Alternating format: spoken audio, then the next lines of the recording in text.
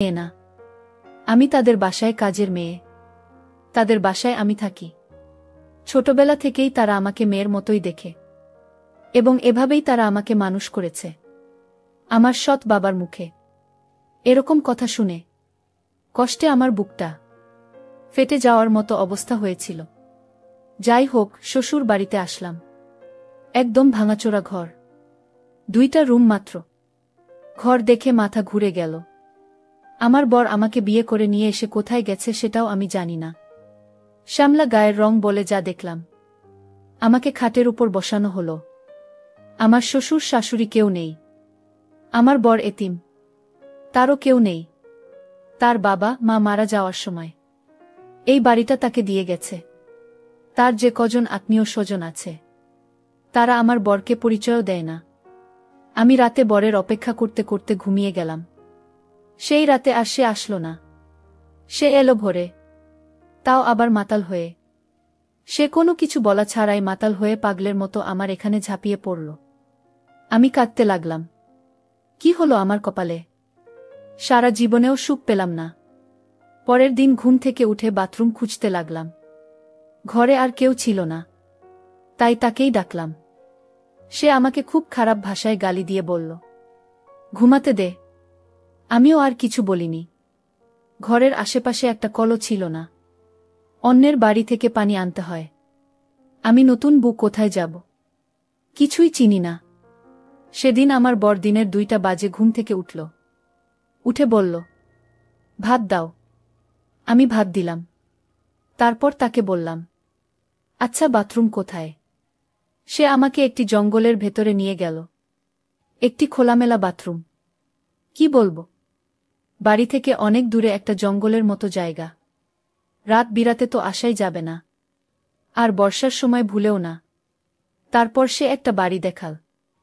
ওখান থেকে পানি আনতে বলল, আর রাস্তার পাশে মসজিদের পুকুর থেকে গোসল করতে বলল। আমাকে আমার বাপের বাড়ি থেকে কেউ দেখতেও আসলো না।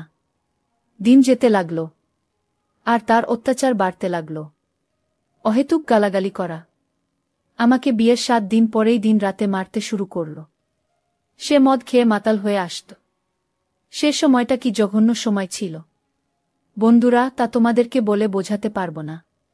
খুব লজ্জা লাগত অন্যের বাড়ি থেকে পানি আনতে যেতে। তারপর পুকুরে গোসল করতে হতো। আমি 2 দিনেও গোসল করতাম না লজ্জায়। আর এভাবে খোলামেলা পরিবেশে আমার গোসল করে তো অভ্যাস নেই।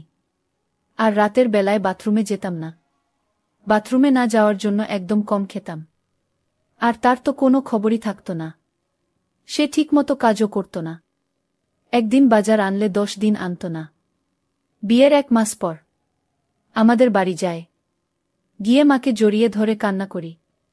আর মা আমাকে বলল, এত ঢং করতে হবে না। অনেক ঢং করেছ বাড়িতে। একদিন থাকার পর বাবা বলল, কি রে, যাবি না? বিয়ে দিয়ে দিয়েছি, এখানে কি? শ্বশুর বাড়ি যা। তাদেরকে আমি সবকিছু খুলে বলার পরেও তারা আমাকে কোনোভাবে বিশ্বাস করতে পারতেছে না। আরও আমাকে বিভিন্নভাবে তিরস্কার করতে শুরু করল। তারপর আমার হঠাৎ বলে উঠল, মনোবল আরও শক্ত করলাম। এখানেই আমাকে থাকতে হবে। কিন্তু বর প্রতি রাতে মদ খেয়ে মাতাল হয়ে আসত।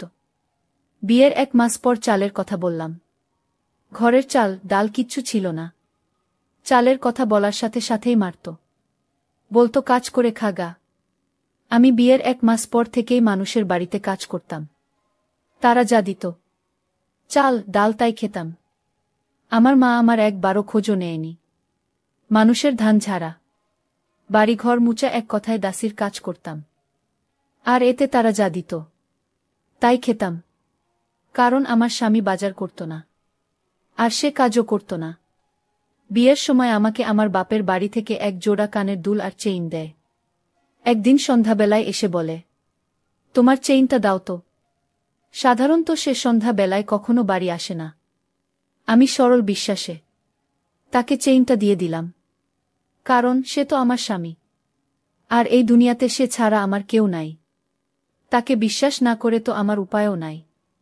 সে যখন মাতাল হয়ে বাড়ি ফিরল, আমি তাকে কিছু বললাম না। সকালে চেইনের কথা জিজ্ঞেস করতেই আমাকে বলে, তোর বাড়ি থেকে আমাকে 1000 টাকা ছাড়া আর কি দিয়েছে? আমিও মার খেয়ে পড়ে রইলাম। কি বলবো? কিছু বলার শক্তি এবং সাহস কোনোটাই আমার ছিল না। আর প্রায় সে আমাকে যৌতুকের জন্য নির্যাতন করত না। পারতাম বাঁচতে আর না পারতাম মরতে, মানুষের বাড়িতে সারাদিন কাজ করার পরেও। ঘরে এসে আমাকে কাজ করতে হতো। রান্নার জন্য লাকড়ি আর পাতাটাও আমাকেই খুঁজে আনতে হতো। সে একদিন কাজে গেলে 10 দিন যেত না। আর মদ খেয়ে টাকার সব শেষ করে ফেলত। আমি আমার কানের দুল জোড়া লুকিয়ে রাখলাম। এরপর একদিন রাতে সে একটা বন্ধুকে নিয়ে আসে। সাথে তারা খাওয়ার জন্য কত কি আনে, আমিও খেলাম। আমার খুব মজা লাগল। কিন্তু এর কিছুক্ষণ পরেই আমার খুব ঘুম আসল। ঘুম থেকে উঠে অনুভব করলাম আমার শরীরে খুব ব্যথা। ব্যথার জন্য উঠতেও পারছিলাম না। আর সেদিন কাজেও গেলাম না। মানুষের বাড়ি থেকে খাবার পানি আনতে গেলে তারা অনেক রকম কথা বলত। অনেক সময় কলে তালা মেরে দিত। তারপর নানা রকম কটু কথা বলত। আর সবাই আমাকে নিয়ে অনেক আফসোস করত। সবাই আমাকে নিয়ে আফসোস করত। আর বলত, কি সুন্দর একটা মেয়ে, অথচ একটা মদখোর গাঁজাখুরের সাথে বিয়ে হয়েছে। মেয়েটার দুর্ভাগ্য বটে। আমার বরকে এলাকার সকলেরই মদের মদখোর মতি বলে ডাকত। আমার বরের নাম ছিল মতিন। কিন্তু কেউ তাকে মতিন বলে ডাকত না। সবাই তাকে মদখোর মতি বলে ডাকত। এলাকায় সবাই তাকে মদখোর মতি হিসেবে চিনে।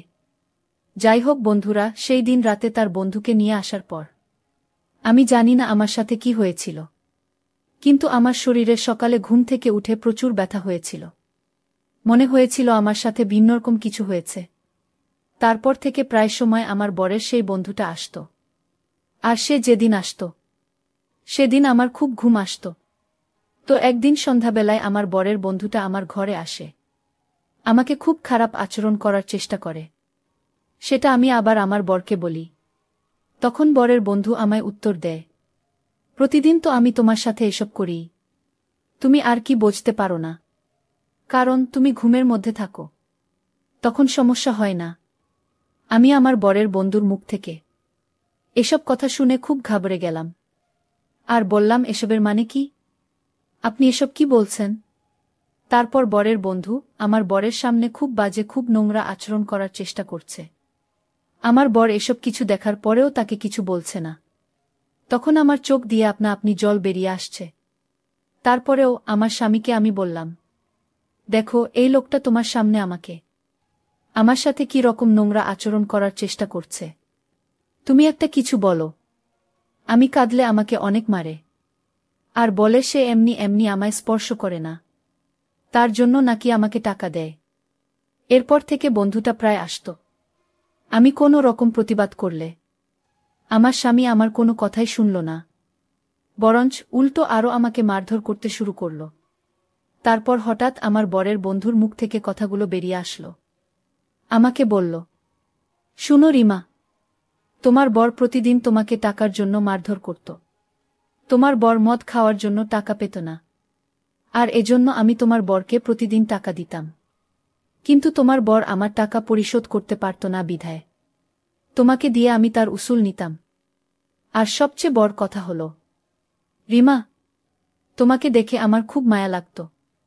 তো এজন্যই তোমার বরকে আমি টাকা দিতাম, বিনিময়ে তোমার কাছ থেকে আমি একটু সুযোগ সুবিধা নেওয়ার আশায়।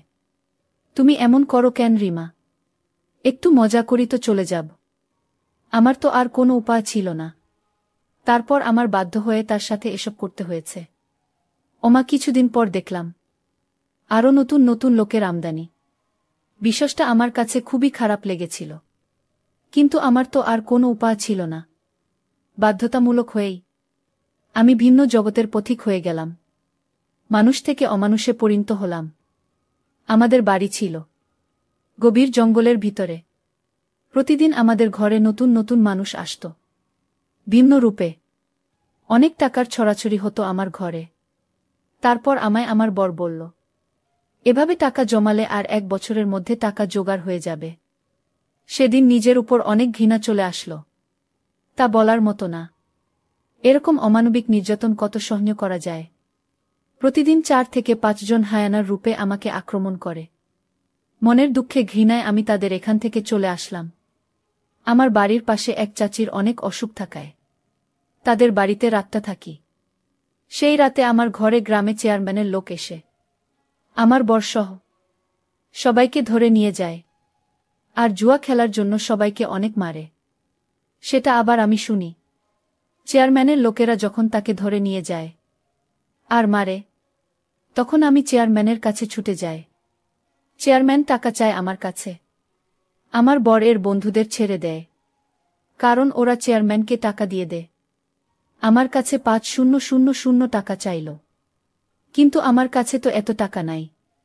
এরপর আমার কানের দুল বেছে টাকা দিয়ে তাকে ছাড়াই, কারণ শত হলে তো আমার স্বামী, সে ছাড়া তো আমার এই জগতে আর কেউ নাই।